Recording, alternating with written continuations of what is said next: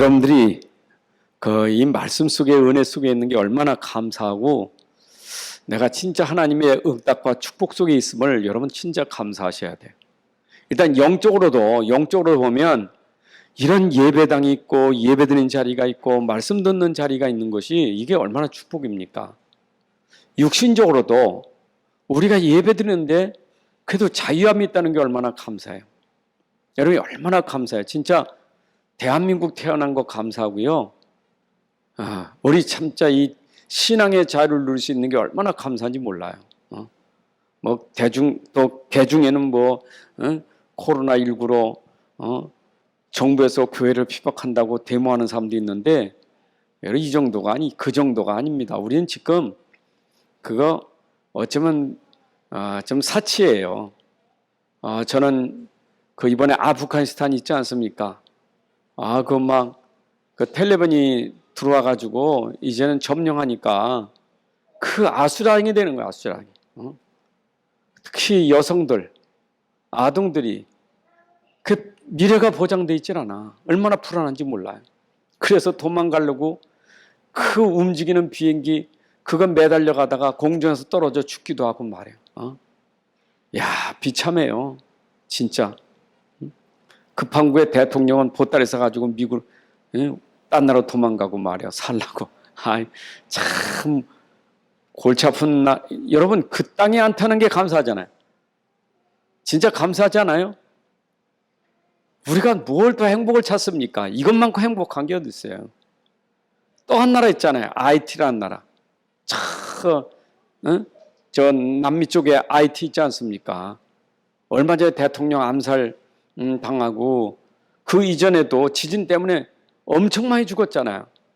근데 이번에 또 지진이 더 터져가지고 또 지금 난리야 난리. 여러분 그 땅에 안 타는 게 감사하잖아요. 우리가 지금 이 자리에서 난 불행하다. 나는 정말 왜 이 땅에 태어났지? 여러분 진짜 우리가 그런 나라 생각하면서 대한민국에 태어난 거 진짜 감사하셔야 돼요. 진짜요. 얼마나 감사한지 몰라요. 정말 감사해요. 그런데 우리가 또 성경을 안다는 게 얼마나 감사합니까? 어떤 사람들이 오더라고요. 세상은 행복이 뭐냐?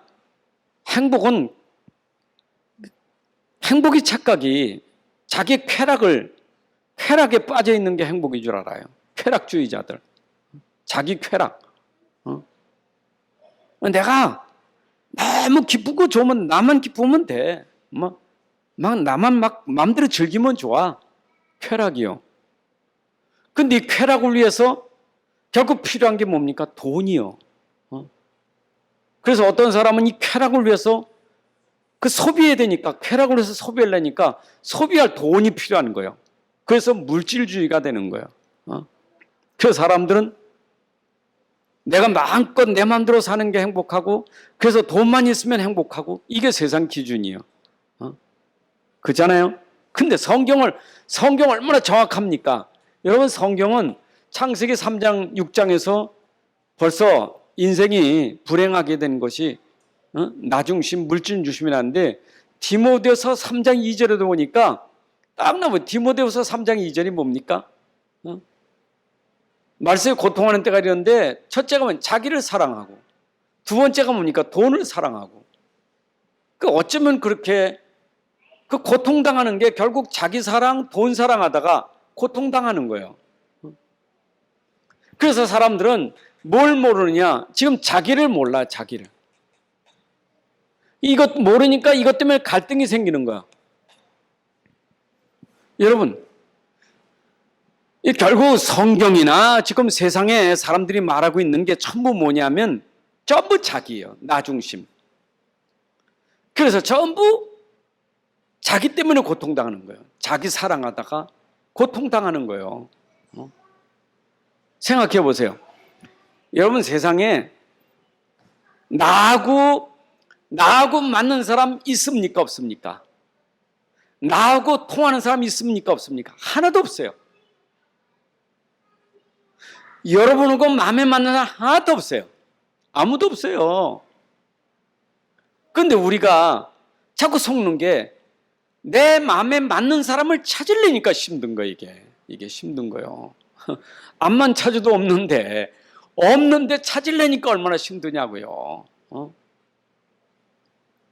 아니, 얼마 동안은 마음에 맞는다고 하죠. 얼마 동안 마음에 맞아요. 그런데 마음에 맞지만 지나보면 마음에 맞는 사람 없어요. 여러분, 일은 안 그렇습니까? 일도 오면 자기가 맞는 일 하나도 없어요. 다 힘들어요. 다 힘들어. 자기가 하고 있는 일에 만족한 사람 아무도 없어요. 다 힘들어요. 자기 맞는 일 찾으려니까 이것도 힘들어. 얼마나 힘들어요. 이게 세상이요. 이게 세상이요. 그래서 이것은 결국 인간이 하나님 떠나니까 자기거든요. 그래서 하나님은 우리에게 자기를 바꿔서 우리는 뭘로 바꿔야 되느냐? 네가 아니라 너는 하나님이 돼야 돼. 하나님 중심이 돼야 돼요. 여러분, 이 하나님은 누굽니까? 능력이요. 능력. 하나님 능력이요. 나는 능력 없지만 내 안에 하나님 능력이요. 그렇잖아요. 내가 하는 일은 어렵지만 하나님은 어렵지 않아요. 나는 어렵지만 하나님은 어렵지 않아요. 그렇죠? 나는 한계 있지만 하나님 무한하신 하나님이요. 그렇잖아요. 내가 있는 그곳이 아무리 어렵다고 해도 하나님께는 아무것도 아니요. 하나님은 이쪽으로 가라는 거예요. 나라도. 그래서 자꾸 너에 집착하지 말고 자꾸 너만 가지고 자꾸 묵상하고 그러지 명상하지 말고 하나님을 바라보라. 진짜 우리가 하나님을 알아야 돼요. 하나님을 알면 되거든요. 근데 이 문제는 하나님은 놓치고 자꾸 여기에 빠지니까 갈등이 올 수밖에 없는 거예요. 계속 자기 갈등이요. 그래서 이 하나님이 얼만큼 능력이 있느냐, 하나님 능력이 얼만큼 있느냐, 오늘 본문의 말씀처럼 하나님의 능력은 어떤 능력이요? 태초에 하나님이 천지를 창조하시니라. 창조 능력이 있어요. 창조 능력이 있어요. 태초에 하나님이 천지를 창조하시니라. 근데 그 이전에 2절에 보니까 뭐가 있었어요? 혼돈, 공허, 흑암이 있었어요. 혼돈, 공허, 흑암에 빛이 있으려마 하며 하나님의 능력은 창조의 능력에 빛의 능력이 있어요. 하나님은 무에서 유를 창조하시고 어둠 속에 빛을 발하셔서 어둠을 꺾는 능력이 그게 바로 빛의 능력이에요. 빛의 능력. 그렇잖아요. 빛이 있으면 되잖아요. 아무리 캄캄해도 빛만 있으면 돼. 아무리 캄캄한 동굴에도 빛만 있으면 나갈 길이 있는 거예요. 빛이 없으니까 문제지. 그런데 하나님은 곧 그 능력이 창조여 빛이라 이 말이에요.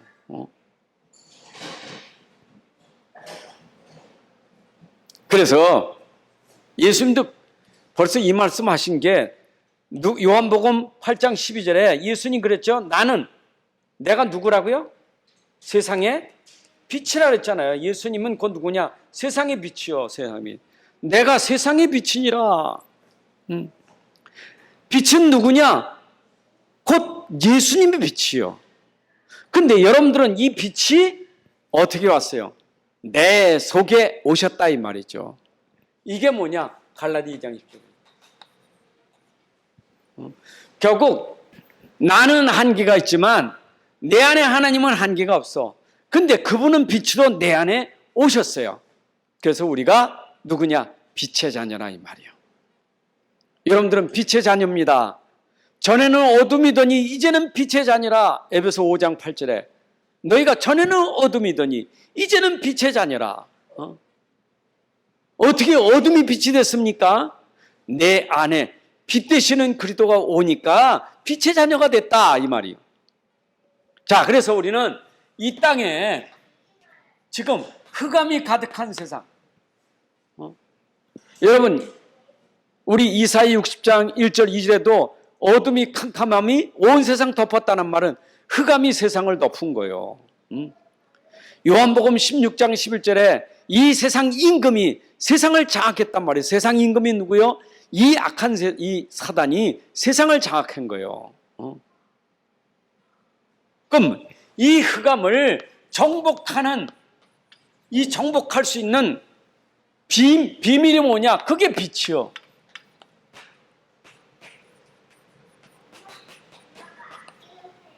여러분, 이게 요한복음 1장 1절부터 4절에 보니까 예수님이 곧 누구냐? 그는 하나님이고 말씀이셨는데 그분은 빛으로 이 땅에 오셨다. 예수님은 빛이시다.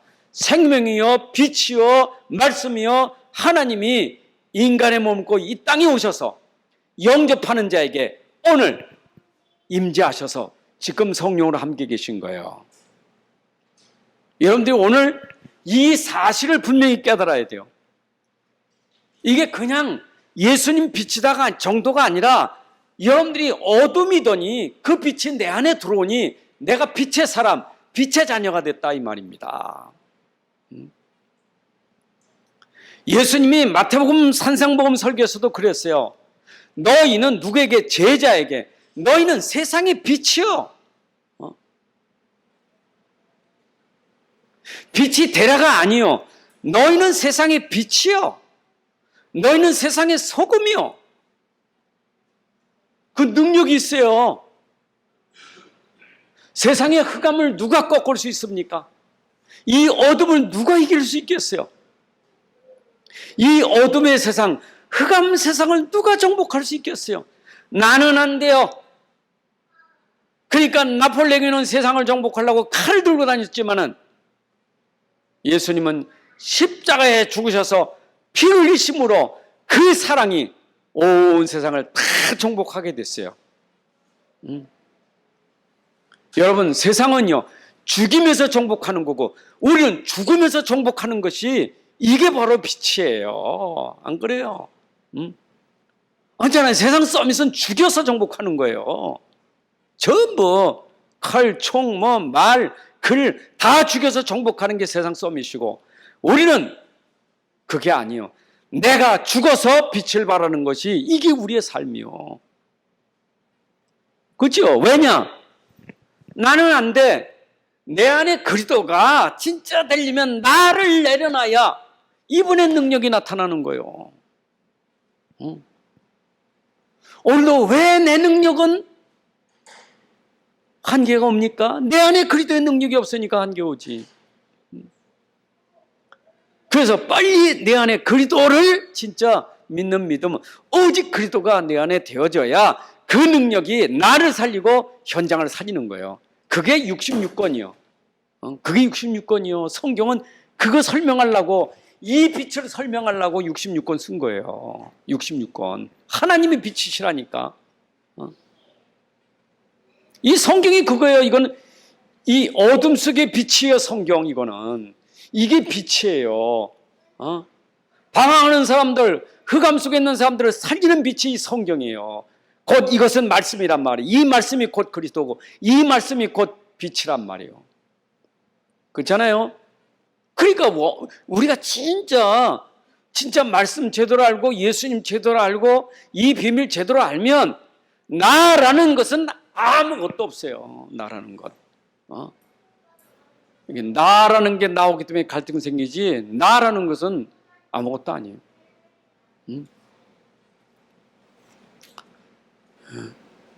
그 어떤 분이 그러더라고.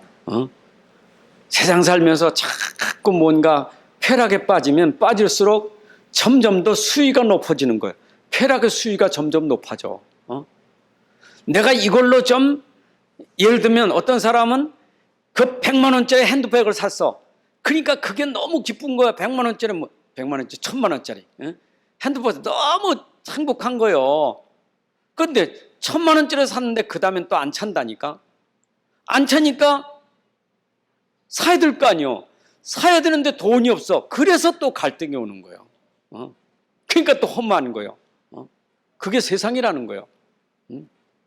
끝이 없어요. 내 인간의 만족을 채워줄 수 있는 건 세상에 아무것도 없는데 인생은 자꾸 헛것 자꾸 가는 거예요. 그게 세상의 이것들이에요. 근데 우리는 나라는 건 내놓지 말고 내 안에 그리스도는 근본이 행복이요. 그분은 모든 것이요. 그분만 있으면 돼요. 맞죠? 그러니까 오늘 설교도 결국은 오직 빛, 오직 예수, 오직 복음 이것만 가지면 여러분들 승리하는 거예요. 이거 성경이 이거 설명하는 겁니다. 우리 주일날 강단 말씀에 고린도 교회가 왜 그렇게 분쟁기성 어려웠느냐, 이거 놓쳐서 그런 거예요. 이거 놓치니까 거짓 사도들이 들어와서 교회를 막 시끄럽게 하잖아요. 그래서 바울이 빛을 들고 가는 거예요. 담대하게. 담대하게 빛을 전달하는 거예요. 꺾어야죠. 무너뜨려야죠. 그래서 담대하게 빛을 전달하는 거예요.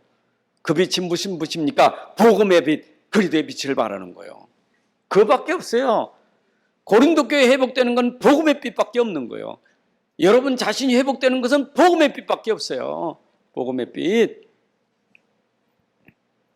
그래서 자꾸 우리는 두 가지를 봐야 되는데, 현실과 영적 사실 속에서 이제 눈이 어디에 있어야 되느냐, 이게 중요한 거예요. 이게 자꾸 여기서 우리가 자꾸 이제 힘든 거예요. 현실과 영적 사실. 현실은 나타날 현자란 말이에요. 현자가 나타날 현이요. 나타났단 말이에요. 이거는 드러났단 말이에요. 이거는 드러난 게 아니고 감춰진 거지. 근데 사람들은 자꾸 나타난 거, 드러난 거, 보이는 거, 여기에 사람들이 집착한단 말이에요. 그렇잖아요. 여러분, 세상 나라가 어떻습니까? 세상 나라는 눈에 보이는 나라가 세상 나라잖아요. 그렇잖아요. 이 세상 눈에 보이는 나라요. 그런데 이 세상 나라는 눈에 보이지만 요 속에, 세상 나라 속에 보이지 않는 또 나라가 있다면, 눈에 안 보이는 나라, 그게 사탄의 나라, 그게 하나님의 나라예요. 요건 안 보이지요. 눈에 보이는 거 세상 나라밖에 없고. 그러니까 이 땅에 살아가는 모든 사람들이 요것만 모르고 있단 말이에요. 아는 건 이것밖에 없지. 근데 우리 교인들도 신앙생활 하면서, 신자들이 신앙생활 하면서 자꾸 요거에만 집착하다 보면 요걸 놓쳐버려요. 요걸 놓친단 말이에요. 분명히 눈에 안 보이는 사단이 있단 말이에요. 분명히 눈에 안 보이는 하나님이 계시다고요. 분명히 요 두 속에서 여러분들이 진짜 믿음을 선택해야 된단 말이에요. 믿음을. 요거는 믿음이에요. 요거는 믿음. 요걸 믿으란 말이 아니요. 우리의 믿음은 이게 믿음이요. 영적 세계를 믿는 게 믿음이에요. 그러니까 우리가 자꾸 현실에서 믿음이 안 되고 자꾸 이것 때문에 뭐가 생겨요? 불신앙이 생기지. 그것 때문에 두려움이 생기고, 그것 때문에 염려가 생기고. 왜 그래요? 안 보이니까. 그럼 생각해 보세요. 내가 문제 속에 안 보여서 두려우면 사단이 역사하는 거예요. 근데 진짜 하나님 믿으면 사단이 꺾어지는 거예요. 둘 중에 하나예요. 그렇잖아요. 세상 현실에서 염려하면 사단이 역사하는 거고, 그걸 진짜 하나님 믿으면 사단이 꺾어지는 거고, 그거잖아요. 그거밖에 없어요. 근데 우리는 영적인 세계에 하나님을 안 믿으니까, 걱정이 되니까 맨날 사단이 그 걱정 가지고 건드니까 갈등은 점점 심해지는 거예요. 점점 어려울 수밖에 없어요.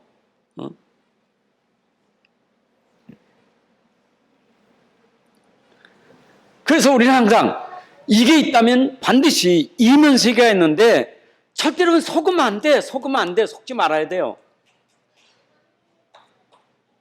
제일 우리가 많이 속는 게 뭡니까? 환경이요.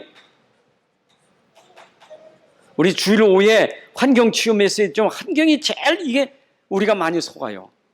환경.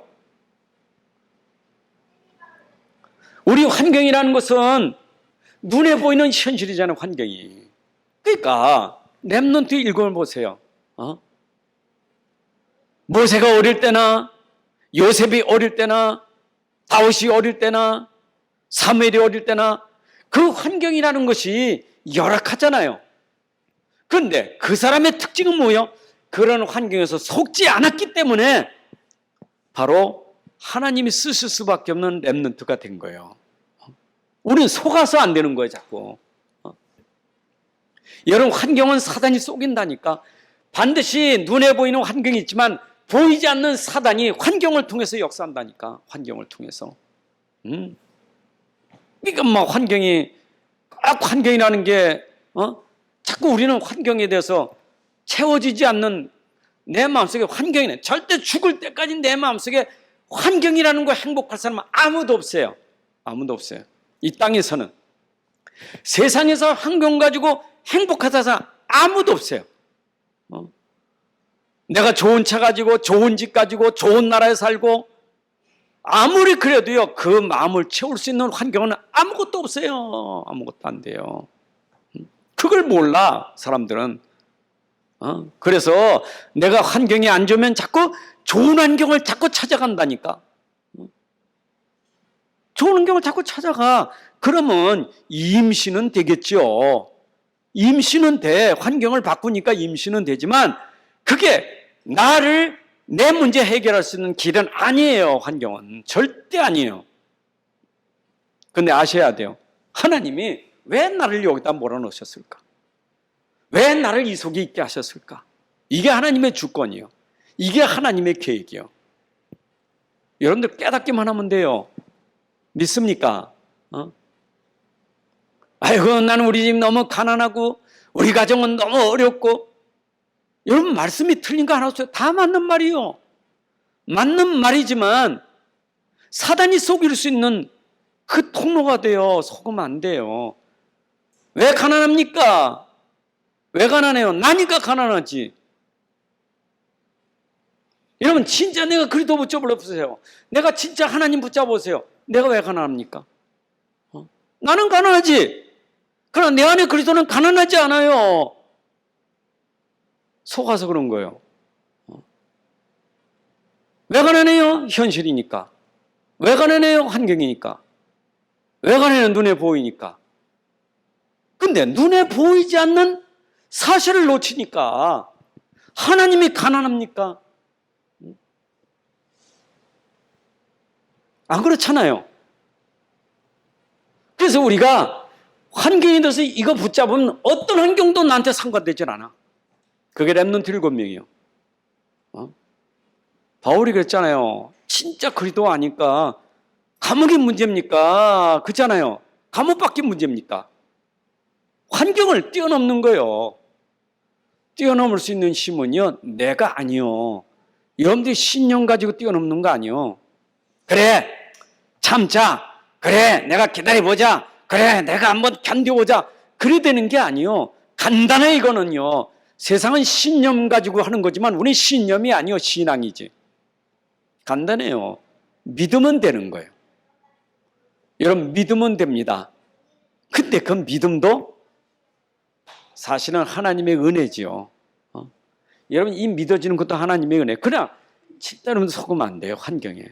얼마나 어렵습니까? 너무 어렵지. 지금 어려움이라는 것은 이거는요, 죽을 때까지 계속 어려움이 와. 맨날 어려움이 와요, 옛날에. 오늘 기도 처음 나왔잖아요. 그렇죠? 옛날의 어려움이나 지금 어려움이나. 어려움은 늘 있는 거지. 안 그래요? 아니, 노아 시대만 어려움이 있고 지금 없습니까? 지금 어려움, 앞으로 또 어려움이 또 있어요. 문제는 속아서 그래. 왜 속아요? 현실만 보니까. 그죠? 눈에 보이는 것만 보니까 어렵다는 거예요. 그래서 우리는 보이지 않는 영적 사실, 진짜 하나님의 능력을 믿으면 하나님이 어렵습니까? 하나님은 어려운 게 없어요. 내가 어려운 거지 하나님은 어렵질 않아요. 맞잖아요. 그럼 난 할 게 뭐 있어요? 내가 할 건 아무것도 없어요. 믿기만 하면 되는 거예요. 내가 할 거 아무것도 없어요. 믿음이요. 그게 능력이 되는 거예요. 영적 사실을 믿으시기 바랍니다. 믿음은 현실을 믿으라는 게 아닙니다. 이거는 눈에 보니까 믿음이라는 말은 여기 쓰는 게 아니에요. 그렇죠? 눈에 보이는 것 가지고. 야, 이게 마이크니까 믿어. 이거 마이크. 이런 말은 말도 안 되는 거예요. 마이크라고 믿는 게 이건 말은 아니에요. 눈에 안 보이는 하나님을 믿으라는 게 믿음이지. 그렇죠? 안 보이니까. 근데 없습니까? 있단 말이요. 그걸 사실이라는 거예요. 사실을 믿으란 말이에요. 영적 사실.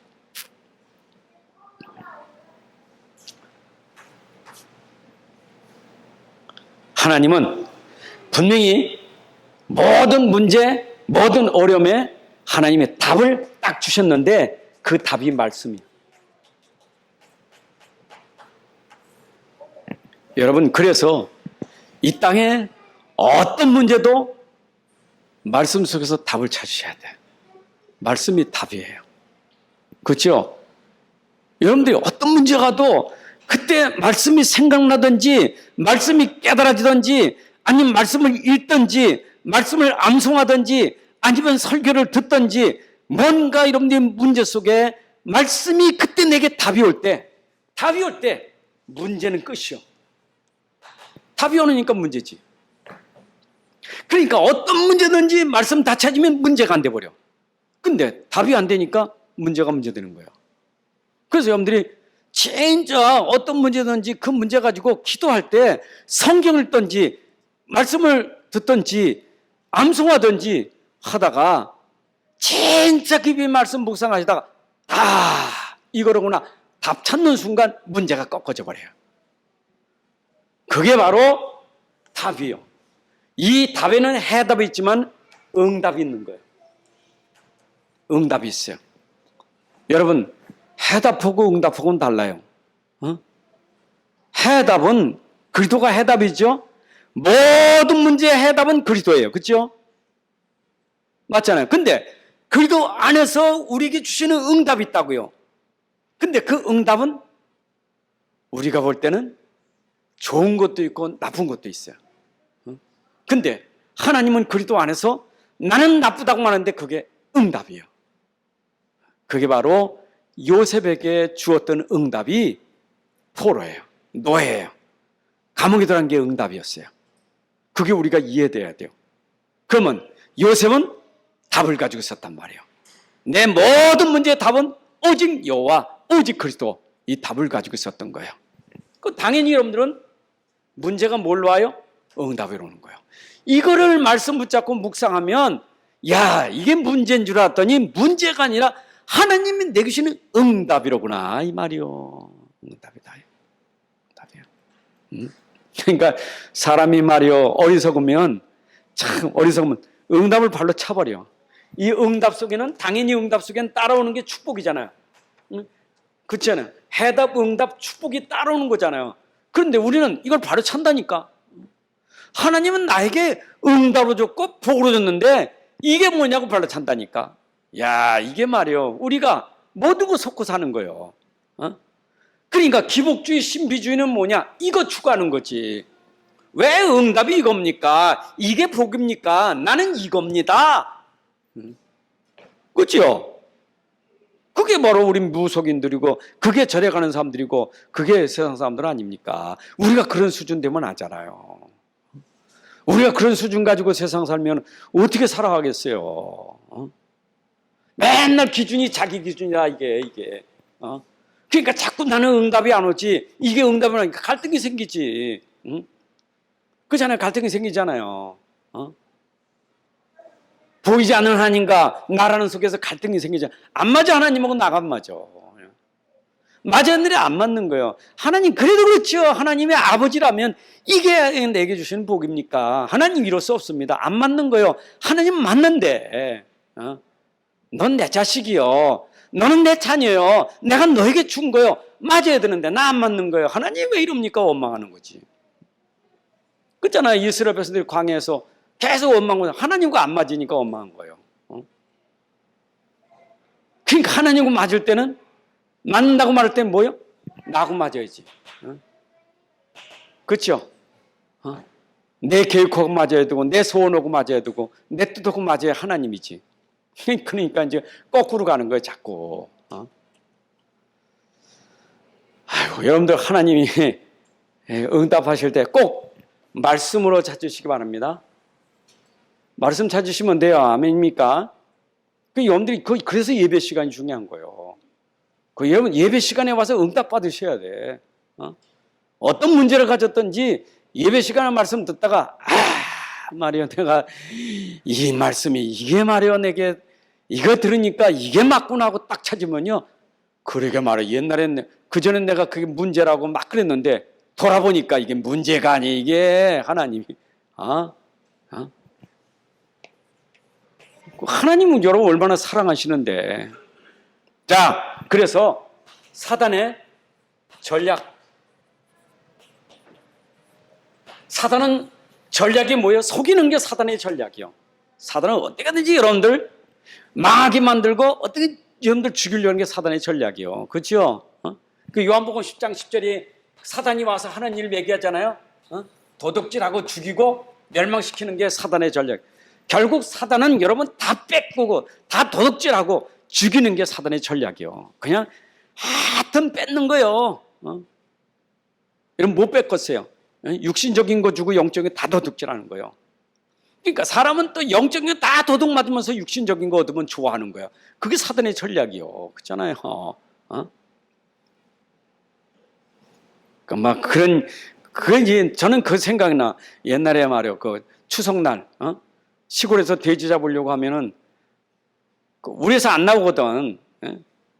돼지 죽이는데 끌고 안 나오거든. 그럼 돼지 우리 문 열어놓고 바가지에다가 콩 담아놓고 굴리면요. 얼마나 잘 오는지 몰라. 돌돌돌 굴는다. 자기 죽으란지도 몰라. 콩 때문에 가는 거예요. 그죠? 죽으란지도 몰라.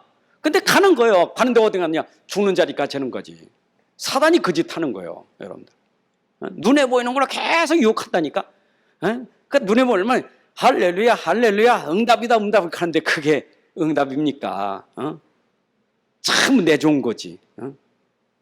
맞잖아요. 여러분들 진짜 하나님의 기적이 일어나도요. 하나님 뜻이 뭡니까? 이래 질문도 하고 여러분들이 그걸 받아야 되지. 그잖아요. 안 그래요? 하나님 내게 큰 복을 줘서 하나님 저 이게 무슨 계획이 있습니까? 이러고 내가 그걸 알아야 되지. 그냥 그것도 기도도 안 해보고 그냥 덥석하니까 문제가 생기지. 꼭 기억하세요. 사단의 전략. 도둑질하고 죽이고 멸망시키는 거다. 그 여러분들이 속으면 안 돼요. 그렇죠? 아까 그랬잖아요. 세상 나라에는 사단 나라가 있고 하나님 나라가 있다고. 그래서 이 사단이 죽이는데 심부름하는 사람도 있다고. 사단은 지가 와서 하면 아무도 안 속아요. 사단이 뿔다고 하면 아무도 안 속아. 그렇잖아. 당장 내 앞에 가지고 목사야 하고 뿔 달고 와서 하면 내가 속겠어요? 그러니까 어떤 사람은 봤대. 막 귀신이 와가지고 봤대. 그러니까 또 그 사람은 또 나도 보고 싶다는 거지. 여러분 보이는 것도 문제고. 그러니까 사단은 꼭 누굴 통해서? 사람을 통해서 심부름하는 거예요. 그냥 사람을 속이니까 사람이 돼. 여러분 우리 속이는데 돼지로 옵니까? 송아지로 옵니까? 개로 옵니까? 우리 속이려면 사람으로 와야지. 그래서 이 사람 중에는 사단 심부름하는 사람이 있어요. 사단 심부름. 그러니까 결국 이 사람은 심부름하면서 뭐냐? 자기도 망하고 남도 망하는 가룟 유다 같이 그런 거예요. 가룟 유다 같이. 그러니까 고린도 교회 거짓 사도들은 전부 사단의 심부름하는 거예요. 이 거짓 사도들 있잖아요. 이 거짓말하는 사도들 있잖아요. 바울을 자꾸 이간시켜가지고 말이야 교회를 어지럽게 만드는 이게 사단 심부름하는 거예요. 이게 사단의 회예요. 그러니까 교회도요. 특히 교회에서 심부름하기 제일 좋은 사람이 잘못하면 누구냐? 목사들이에요. 그래서 목사가 잘못하면 심판 최고만이 목사예요. 목사가 사단의 심부름할 수 있다니까. 그잖아요. 사단의 심부름, 악하게도 심부름, 광명한 천사로도 심부한다니까. 맞잖아요. 그럼 우리에게 좋은 거 주는데 사단이 좋은 것 주면서 뭘 모르게 영적인 모르게 하는 거예요.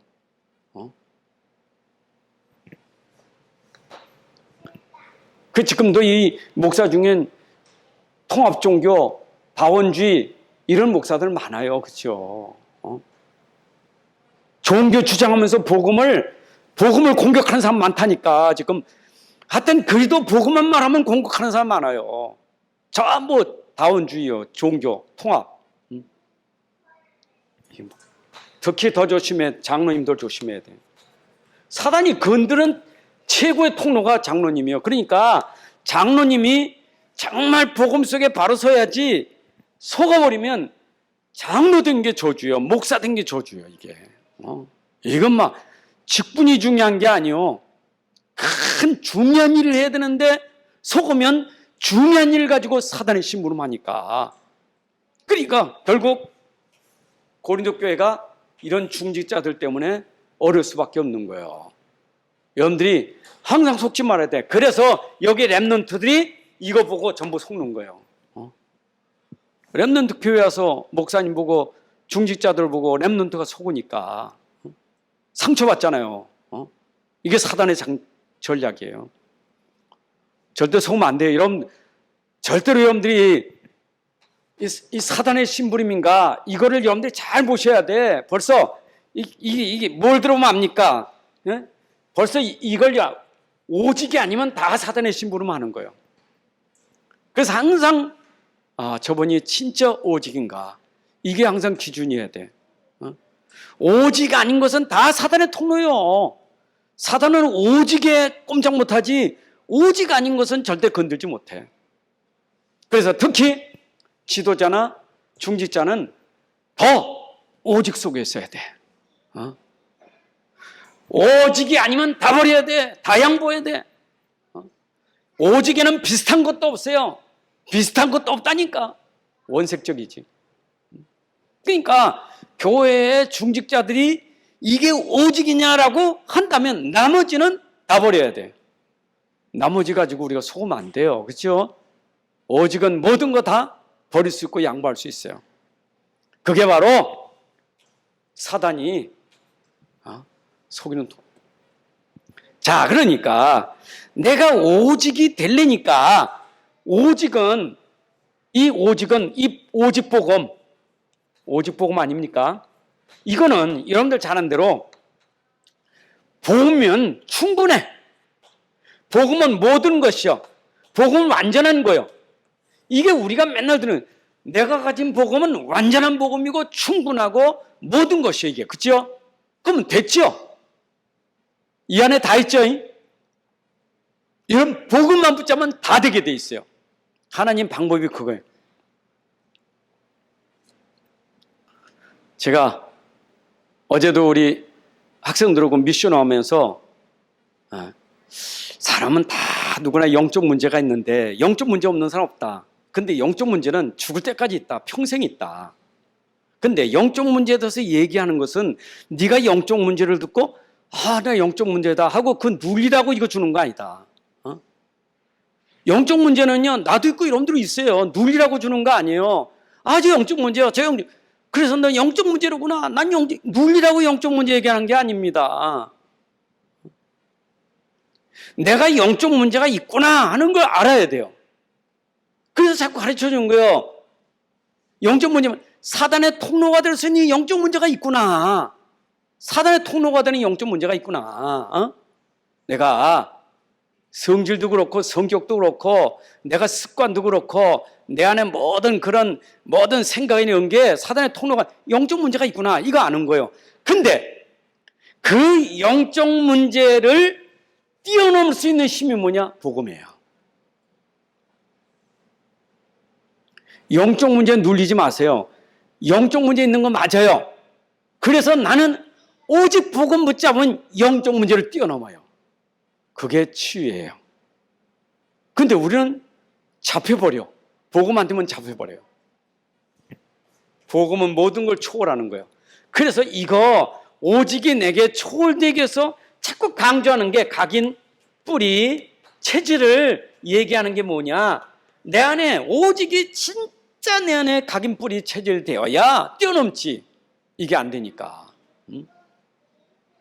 당장에 여러분들 아마 이게 이 오직 복음이 체질 안 되면 내가 조금 실수한 것에 금방 눌려버려. 내가 성질 낸 거에 금방 눌려버리고, 내가 금방 누구 싸운 거 금방 눌려버리고, 금방 눌려버려. 금방 잡힌다니까. 속지 마세요. 나는 싸울 수 있는 연약한 자고 나는 실수할 수 있는 연약한 자요. 그래서 그때 내가 오직 복음이라는 게 내 안에 각인 뿌리 체질 낼 이유가 있다는 것을 아셔야 돼. 그러면 약할 때 내게 강해지는 것은 그리스도가 강해지는 거예요. 믿습니까?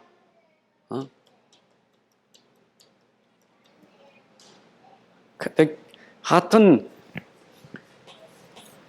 한국은 그 특징이 뭐든지 하여튼 겸손한 것에 대해서 굉장히 그 얘기를 많이 하기 때문에 겸손에 대한 오해가 여러분, 겸손은 그런 겸손이 아닙니다. 세상에서 말하는 겸손은 그런 겸손이 아니, 그런 겸손을 말하는 게 아니. 우리는 세상이 모르는 겸손이 있어요. 세상이 모르는 겸손이 있어요. 맞아요? 아이고, 나는 많이 배웠는데 많이 배워서 난 뭐 배운 게 없습니다. 그런 겸손이 아니. 우리는 내가 못 배웠든지 배웠든지 상관없어. 나는 그리스도 앞에 낮아지는 게 겸손이에요. 여러분, 그리스도 앞에 여러분들이 낮아지는 게 겸손이지. 안 그래요? 그러니까 여러분들이 뭔가 실수하면 내가 실수 안 할 건데 그게 교만이지. 그리스도 앞에서 할 얘기 아니잖아요. 교만이지. 안 그래요? 뭔가 여러분들이 뭔가 오늘도 막 한바탕 싸웠으니까 잠도 안 오고 속상해. 그게 여러분들을 그게 겸손이 아니에요. 그 후회하는 게 겸손 아니에요. 회개하는 거지. 회개가 뭡니까? 복음 붙잡는 게 회개지. 안 그래요? 결국 돌아갈 건 복음밖에 없어요. 오직밖에. 그러면 될 걸 왜 자꾸 우리가 복음은 놓치고 복음은 내버리고 자꾸 자기라는 것 때문에 갈등이 생기는 거죠. 자기. 여러분, 로마서 7장 25절에 했잖아요. 로마서 7장 25절에 바울이 로마서 7장 25절에 보세요. 오라 나는 곤간자로다. 왜 곤 거예요? 육신과 자기 안에서 싸우는 육신의 법과 죄의 법과 의의 법이 싸우니까 갈등이 생겼잖아요. 근데 바울이 그거 하다가 탁 깨달아진 게 뭐냐? 로마서 8장 1절 2절에 나는 그리스도 안에서 해방을 얻었다. 끝이다 이 말이요. 그러면 이제 끝난 거예요. 갈등할 거 없어요. 여러분들 복음 안에서 복음 붙잡는 성은 끝나는 줄로 믿습니다. 아멘. 그렇다고 또 실수한 것에 전 실수를 많은 이런 말은 아니죠. 나는 실수 많은 사람인데 그래서 나는 복음이 필요합니다. 그래서 저는 복음이 필요한데 제 실수로 상처 줬으니까 죄송합니다. 그래서 여러분들이 복음 붙잡고 또 내가 섬기고 하면 됐잖아요. 그렇죠? 아멘입니까? 그래서 우린 빛이 돼. 어디에? 현장 살리는 빛이 돼. 이번 주일날은 교회 살리는 우리 여러분들 되셔야 되죠. 그렇죠? 교회 살리는 이 빛이 돼야 돼. 현장, 특히 교회. 이번에 세계 대청 예배 메시지가 교회 살려라, 현장 살려라, 렘넌트 살려라 그랬어요. 교회. 여러분들 교회 살려야 돼요. 우리는 고린도 교회가 자꾸 어려운 게 저는 교회가 힘이 없으니까. 그래서 교회가 힘이 있어야 세계복음 하는 거예요. 그렇잖아요. 교회가 자꾸 무기력하면 이건 뭐 어렵잖아요. 그래서 교회가 초대교회처럼 저는 초대교회가 사도행전 2장 1절부터 4절, 47절 이게 정말 이건 최고의 힘이에요. 마가다락방의 힘은 아무도 막을 수 없어. 교회가 마가다락방의 힘을 얻어야 돼. 우리가 진짜 성령 충만하고요. 말씀 충만하고 은혜가 보이고 하여튼 이래 돼야 그게 교회거든요. 아멘입니까? 그리고 싸워야 돼. 교회가 살리려면 싸워야지. 싸울 때 힘없이 어떻게 싸워요? 힘이 있어야 싸우지. 그래서 우리는 어떤 싸움 싸워야 돼요? 영적인 싸움 싸워. 근데 영적 싸움은 육신 싸움 싸울 거 없어요. 왜냐? 앞에 힘이 있으니까. 그러니까 초대교회는 영적 힘이 있었기 때문에 싸웠잖아요. 유대 종교하고 싸웠잖아요. 바리새인들하고 싸웠잖아요. 혈과로 싸운 게 아닙니다. 그들은 감옥에다 집어넣고 옥주에 가둬놨어. 베드로하고 옥에 들어갔잖아요. 옥에 들어갔다고 진 게 아니잖아요. 옥에 들어갔어도 베드로는 뭐 했습니까? 기도했고 옥에 들어간 베드로 놓고 초대교회가 기도했고 그게 영적 싸움이에요.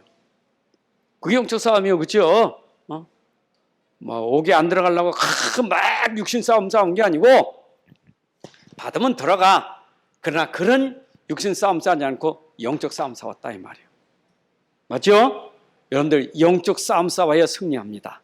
사실 영적 싸움에서 여러분들이 제일 기억해야 될 게 뭐냐? 영적 싸움 그러니까 도대체 어떻게 싸워야 되는 영적 싸움이냐? 물론 말씀 붙잡고 기도하는 영적 싸움이지만 우리의 싸움은 대상이 있어요. 싸움 대상은. 항상 싸움 대상은 사단을 꺾어야 돼요. 우리의 싸움 대상이에요. 그리고 죄와 싸움이에요. 그리고 세상과 싸움이에요. 이게 우리 영적 싸움. 다른 거 싸우지 마세요. 우리의 싸움은 혈과 육이 아니라 사단과 죄와 세상과 싸우는 게 우리의 싸움이에요. 이거 싸워요. 근본적인 싸움을 싸워야 돼요. 영적 싸움. 이 말은 내가 하는 게 아니고 내 안에 그리스도가 역사하시면 꺾어지니까. 그래서 그리스도의 이름으로, 예수 이름으로 싸우란 말이에요. 그렇죠? 아멘입니까? 그리스도는 할 수 있어요. 자, 그리고 이걸 진짜 현장 사진은 한 명이 중요해. 한 명. 진짜 싸움 잘하는 한 사람만 있어도 이게 되는 거예요. 안 그래요? 세상에도 진짜 싸움 잘하는 한 사람만 있으면 밑에 쭉 따라가잖아요. 그냥 그 한 사람에 쭉 따라가잖아요. 세상에 그 조폭 제일 싸움 밑에 그냥 따라가면서 그냥 구실구실하잖아요. 싸움 제일 잘하는 앞에 가잖아요. 육신 싸움도. 영적 싸움 제일 잘하는 싸움 그 사람 한 사람만 있으면 교회 흑암이 꺾어지게 돼 있어요. 현장이 흑암이 꺾어져요. 한 명. 이 사람을 뭐라 하냐? 이 사람을 제자라고 말하는 거예요. 이 사람이 제자. 그러니까 우리가 그 육신 싸움 싸우는 사람이 제자가 아니라 영적 싸움 싸우는 제자예요. 이 제자는 진짜 기도하는 사람이고 진짜 말씀 붙잡고 기도하는 제자예요. 그죠? 자, 결론 어떻게 낼까? 근데 항상 중심을 바르게 해야 돼. 여러분 중심이 흔들리면 안 돼요. 중심이 발라야 돼. 항상 여러분의 중심이 흔들리면 안 돼. 중심이 딱 여러분들에게 딱 돼 있어야 돼. 우리는 말씀 중심, 기도 중심, 전도 중심이지만 말씀, 기도와 전도할 수 있는 가장 중요한 시스템을 하나님 주셨는데 그게 교회예요. 하나님은 교회를 통해서 여러분들에게 말씀도 주고 기도도 전도도 모두 여기 이 시스템 속에서 모든 게 되어지기 때문에 이 교회 시스템이 중심이 돼야 돼. 그래서 진짜 하나님이 가장 기뻐하는 사람은 누구냐? 교회 중심인 사람이. 교회를 사랑하고 교회 때문에 생명 걸고 교회 때문에 모든 걸 할 수 있는 그 사람. 그 사람을 하나님이 기뻐하시고 여러분 평생 동안 교회 중심으로 사셔야 돼. 그래서 이 교회가 평생 교회예요. 내 가문교회고 내 정말 생명 걸 교회가 돼야 돼요. 맞죠? 교회가 왜 중요하냐? 교회는 예배드리기 때문에 중요한 거. 예배 중심. 교회는 예배가 있어요. 그래서 구약의 성막은 반드시 제사가 있었던 것처럼. 그렇죠? 성전에는 반드시 제사가 있었고 교회에는 반드시 뭐가 있어요? 예배가 있어요. 그래서 교회를 통해서 여러분들이 예배를 통해서 뭐 합니까? 내가 은혜 받아야 돼.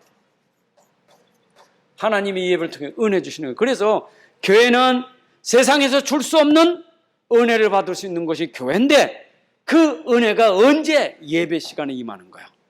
그래서 여러분 예배는 은혜 받는 시간이에요. 그래서 은혜 받을 때 여러분들에게 예배 속에서 어떻게 은혜 받느냐? 집중 속에 예배 받는 거예요. 여러분들 집중해 은혜 받아요. 교회는요 예배될 때 집중하는 사람이 은혜 받게 돼 있어요. 그래서 예배 시간엔 산만하면 안 돼. 예배 시간은 오로지 진짜 집중해. 마음과 뜻과 성품을 다하여 주 너희 하나님을 사랑하고 정말 그런 중심을 가지고 여러분들이 예배 드린다면 예배 시간이 진짜 은혜 받는 시간이요. 자, 다시 말합니다. 아까 예배 시간에 말씀으로 은혜 받으면 그게 응답이요. 문제가 응답으로 확인되는 시간이에요. 그게 예배 시간이에요. 자, 그럼 예배에서 또 중요한 게 뭐죠? 강단이요. 여러분들 강단은 뭐가 있어요? 메시지가 있어요. 그래서 강단에 주의 종이 귀한 거고 주의 종을 통해서 메시지 주는 것이 사람의 메시지가 아니라 하나님 주시는 메시지예요. 강단 중심이 돼야 돼. 그죠? 하나님이 이거 따라가라고 준 거예요. 강단. 여러분 인생은요, 강단 따라가야 돼. 강단 따라가야 돼. 사람 따라가면 안 돼요. 강단 따라가야지. 믿습니까? 우리 로컬 파라처치가 있는데 자칫하면 로컬을 놓치고 파라처치만 쫓아다녀서 있어. 여러분, 우리가 선교도 중요하지만 중요한 건 교회 강단이 중요한 거예요. 맞죠? 그러니까 이제 교회를 놓치면 강단을 놓치면 맨날 돌아다니는 신자가 될 수 있단 말이에요. 돌아다니는 신자가. 오늘도 나의 교회가 있고 나의 예배가 있고 나의 강단이 있어요. 이 속에서 사실은 강단 속에서 본부훈련 받아도 강단이 본부훈련을 통해서 내가 제대로 강단 메시지가 전달되는 게 그게 정상이지. 안 그래요? 강단은 내버려두고 본부훈련 따라가는 게 아니잖아요. 그게 맞아야지. 아무리가 뭐 합숙훈련 받든지 뭐 신학원 가든지 전부 뭐냐, 강단 중심에서 응용할 수 하고 쓸 수 있어야 되지. 강단 빼버리고 그것만 하면 안 돼요. 그 여러분들 포럼 할 때도 포럼은 언제나 포럼은 강단 중심의 포럼이 돼야 되지. 강단 중심이 아니라 이게 뭐 훈련 중심의 포럼이 되거나 아니면 임마누엘 메시지 중심의 포럼이 되면 안 돼요. 강단 중심의 포럼이 돼야 되지. 여러분 강단이 살아야 산다니까. 그건 모르면 안 돼요. 항상 중심을 바르게 해야 돼요. 이거는 죽을 때까지 여러분 평생 놓지 말고 여러분도 해야 되고 우리 후대에게 반드시 이렇게 살도록 만들어야 해요. 우리 후대가 이렇게 살도록 만들어줘야 돼요. 아멘입니까? 하나님 아버지 감사합니다. 오늘도 우리에게 수요예배를 통해서 또 이렇게 말씀으로 함께 은혜 나누게 하시니 감사합니다. 말씀 주시게 주신 그 말씀이 오늘 나의 말씀, 오늘도 내 현장에 정말 시대 살리는 말씀으로 역사해 주옵소서. 이 말씀 가진 한 사람을 통해서 우리 현장이 회복되는데 교회가 살아나고 현장이 살아나고 237이 살아날 만큼 복을 주옵소서. 특별히 이 말씀 속에 교회와 예배와 강단이 항상 중심되어서 이 말씀 따라 오늘도 현장에서 승리하는 저희들이 되게 하여 주옵소서. 이제는 우리 주 예수 그리스도의 은혜와 아버지 하나님의 크신 사랑과 성령님의 인도 역사 충만하심이 오늘도 예배드리는 주의 자녀들 머리 위에, 가정 속에, 산업 속에, 후대 위에 이제로부터 영원까지 함께할지어다. 아멘.